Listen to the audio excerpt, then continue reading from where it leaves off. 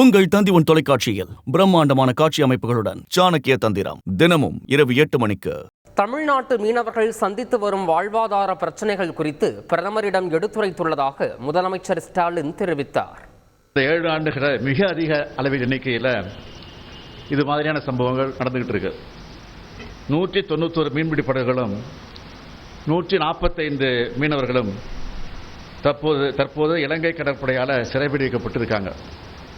எனவே உடனடியாக நம்முடைய ஒன்றிய அரசு இலங்கை அரசை வலியுறுத்தி இந்த மீனவர்களையும் அவர்களுடைய மீன்பிடி படகுகளையும் மீன்பிடி கருவிகளையும் உடனடியாக விடுவித்து தரணும்னு கேட்டுக்கிட்டேன். அடுத்த மாதம் கொழும்பில் நடைபெற இருக்கக்கூடிய இந்திய இலங்கை நாடுகளுக்கான இடையான கூட்டுக்குழு கூட்டத்தில் இதை பற்றி பாதித்து இதுக்கு ஒரு உடனடியாக தீர்வு காணப்பட வேண்டும் என்று வலியுறுத்தி இருக்கிறோம்.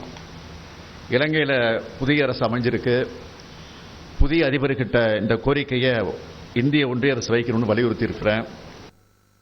டெல்லியில் பிரதமர் மோடி முதலமைச்சர் ஸ்டாலின் 2வது சந்திப்பின் போது பல்வேறு அரசியல் சார்ந்த விஷயங்கள் விவாதிக்கப்பட்டதாக தகவல் வெளியாகியுள்ளது.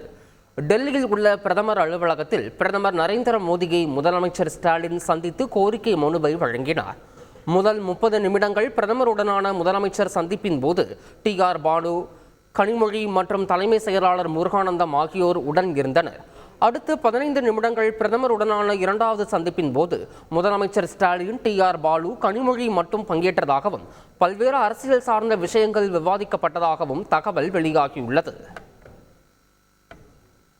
சென்னை மெட்ரோ ரயில் திட்டப் பணிகளில் தொய்வு உள்ளதால் தாமதமின்றி நிதி வழங்குமாறு பிரதமரிடம் கோரியுள்ளதாக முதலமைச்சர் ஸ்டாலின் தெரிவித்தார். இன்று காலை மாண்புமிகு பிரதமர் அவர்களை சந்தித்து விட்டு வந்திருக்கிறோம்.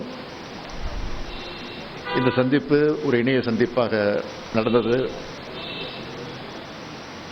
பிரதமர் அவர்களே எங்ககிட்ட மகிழ்ச்சியோடு பேசினார். இந்த மகிழ்ச்சியான சந்திப்பை பயனுள்ள சந்திப்பாக மாற்ற வேண்டியது மாண்புமிகு பிரதமருடைய கையில் தான் இருக்கு. ஒன்றிய அரசு உடனடியாக நிறைவேற்றி தரணும்னு 3 முக்கியமான கோரிக்கைகளை நான் அவரிடத்தில் வலியுறுத்தி இருக்கிறேன். தலைப்புச் செய்திகளாக நான் சொன்னாலும்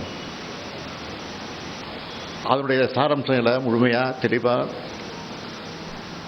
எங்கள் கோரிக்கைகளை நாங்கள் எழுதி அவரிடத்தில் ஒப்படைச்சிருக்கிறோம்.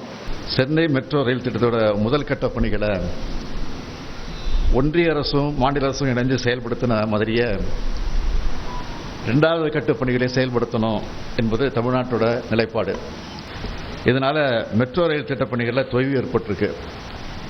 எனவே தாமதமின்றி இந்த நிதியை உடனடியாக வழங்கப்பட வேண்டும்னு நான் கேட்டிருக்கிறேன். பிரதமர் மோடியை 40 நிமிடங்கள் வரை சந்தித்து பேசியுள்ளதாக முதலமைச்சர் ஸ்டாலின் தெரிவித்தார். அவர் பிரதமராக சந்திச்சார், நான் முதல்வராக சந்திச்சவளதான். இதில் என்ன இருக்கு?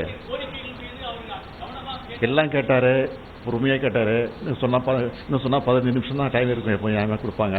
இன்னைக்கு கிட்டத்தட்ட 40 நிமிஷம் வரைக்கும் பேசியிருந்தோம். அதனால் எப்படி இருந்துச்சுங்க நீ தெரிஞ்சுங்க.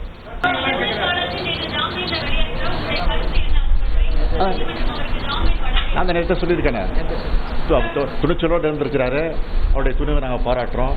நிச்சயமாக வரக்கூடிய காலகட்டத்தில் நீதிமன்றத்தில் நீதியை போராடி அவர் விடுதலை பெறுவார் நம்பிக்கை எங்களுக்கு இருக்கு, அவருக்கும் இருக்கு.